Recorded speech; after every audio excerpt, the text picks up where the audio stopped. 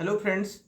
तो ग्रीक और रोमन यानी यूनान और रोमन भूगोलविदों के बाद में, भौगोलिक चिंतकों के बाद में फिर आता है हमारा एक डार्क एज, मतलब अंधयुग।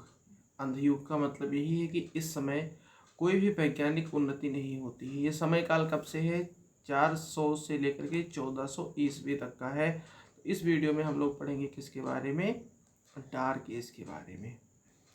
तो 5वीं शताब्दी से लेकर के 13वीं शताब्दी, देखो 400 से 1400 जो लिखा है, तो आपको पता ही है कि शताब्दी कैसे काउंट करते हैं, तो आप जान जाओगे।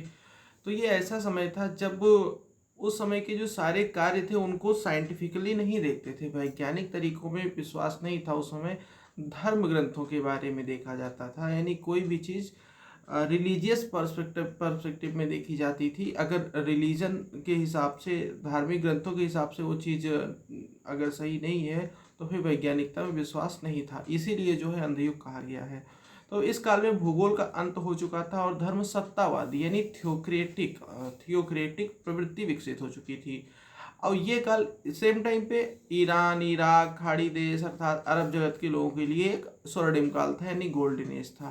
वहाँ पे भूगोल का अत्यधिक विकास हुआ। और डार्क एज कहाँ का है? ब्रिटिशर्स का।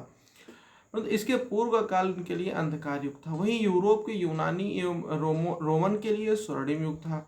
अब यूरोप का जो अंधकार युग था, वहाँ पे खोज व कार्यों को धर्म के परिप्रेक्ष्य में प्रतिपादित किया गया। बाइबल के विचारों को भूगोल में देखा जाने लगा। तो बाइबल के विचारों को कैसे?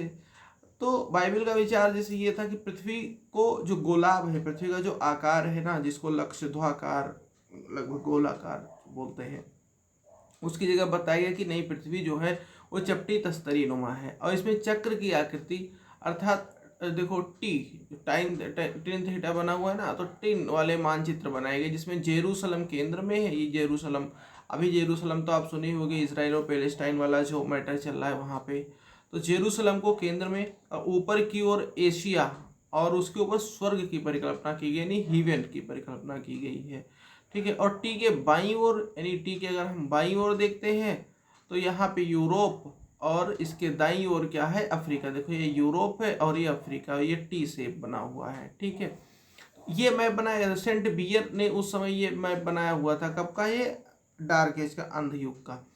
तो इस प्रकार सभी लोगों को यह स्वीकार करना पड़ता था कि वस्तुओं के रचयिता ईश्वर ही है। मतलब आप देखो कि वैज्ञानिकता को इस समय नकार दिया गया है पूरी तरीके से। ओल्ड टेस्टामेंट की बातें होती हैं, बाइबल की बातें होती हैं, और वैज्ञानिकता को नकारा गया है। और इसी के बाद आपको पता ही है कि तभी पुनर्जागरण काल आता है, जबकि वैज्ञानिकता को बढ़ावा दिया जाता है। तो ओल्ड टेस्टामेंट में लिखा है कि ये वही है जो पृथ्वी के वृत्त पर बैठता है। ठीक है। बाइबल जिसमें लिखा है कि यरूशलेम को मैंने पृथ्वी के केंद्र में रखा है तथा अन्य देश इसके चारों ओर है। तो अब ये सब धर्म ग्रंथों में है ना, तो धर्म ग्रंथों को ही आधार माना गया, वैज्ञानिक खोजों को नहीं माना गया।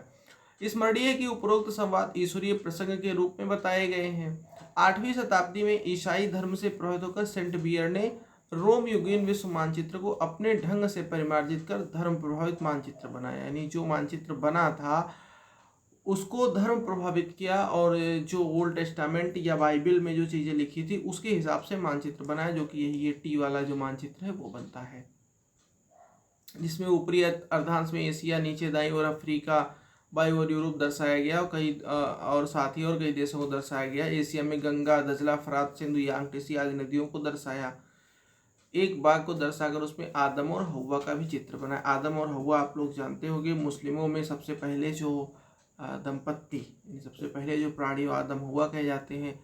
क्रिश्चियनिटी में उन्हीं का नाम एडम्स एंड ईव है, और हिंदू मिथोलॉजी में मनु और शतरूपा है। यानी कहीं ना कहीं चीज़ें जाकर के एक जैसी मिलती हैं। कॉस्मॉस जो कि एक बुक है, तो कॉस्मॉस ने क्रिश्चियन टोपोग्राफी में ब्रह्मांड को ईश्वरीय देन कहा है। यरूशलेम को केंद्र में तथा उत्तर की ओर पर्वत का होना बताया। साथ ही पृथ्वी के चारों ओर सूर्य को परिभ्रमण करता हुआ बताया। यानी इस एज में अभी क्या है कि सूर्य जो है वो पृथ्वी की परिक्रमा कर रहा है, ये जानकारी थी। एब्स्टार्फ ने अपने मानचित्र में ईशा के पैर को वृत्त से बाहर निकला हुआ दिखाया है। इस प्रकार लगभग 900 वर्षों तक धर्मांधता छाई रही, यानी धर्म के अंडर जो है सारे काम होते रहे। वैज्ञानिकता को जो है मान्यता नहीं दी गई, भौगोलिक चिंतन रुका रहा। इस युग के बाद जब यानी जो पुनर्जागरण जो शुरू होता है तब आविष्कारों यात्राओं का अन्वेषण प्रारंभ हुआ, धीरे धीरे धर्म का प्रभाव कमजोर हुआ, तार्किक चेतना की जागृति हुई। अब देखो आप लोग पुनर्जागरण काल जो है वो इतिहास में पढ़े होगे, भूगोल में देखो यहाँ पढ़ ही रहे हो, अगर आप लोगों ने साहित्य पढ़ा होगा, खास करके अगर अंग्रेजी साहित्य ने इंग्लिश लिटरेचर, तो वहाँ पे आपने जो है रेनेसा पीरियड पढ़ा होगा, ठीक है। तो पुनर्जागरण सब हर क्षेत्रों में पुनर्जागरण होता है, यात्राओं में, आविष्कारों में, जैसे छापे खाने का आविष्कार, गेहूं की मशीन का आविष्कार, यात्राओं पे बहुत सारे लोग निकले, भौगोलिक खोजें, ये सब पुनर्जागरण का ही तो परिणाम हुआ करती थी। तो बस डार्क एज में इतना ही है जिसमें आपको ये जानना है कि जो है इस समय जो है वैज्ञानिक चिंतन, भौगोलिक चिंतन रुका रहा, सारी जो उस समय के जो सिद्धांत प्रतिपादित किए गए वो सब धर्म ग्रंथों को आधार बना के प्रतिपादित किए गए थे। तो डार्क एज में इतना ही। चैनल पर अगर आप पहली बार आए हैं तो सब्सक्राइब करिए और बेल का नोटिफिकेशन ऑन करिए, जिससे कि और आगे आने वाली थॉट की वीडियो आपको मिल सके। ओके, ख्याल रखिए अपना, धन्यवाद।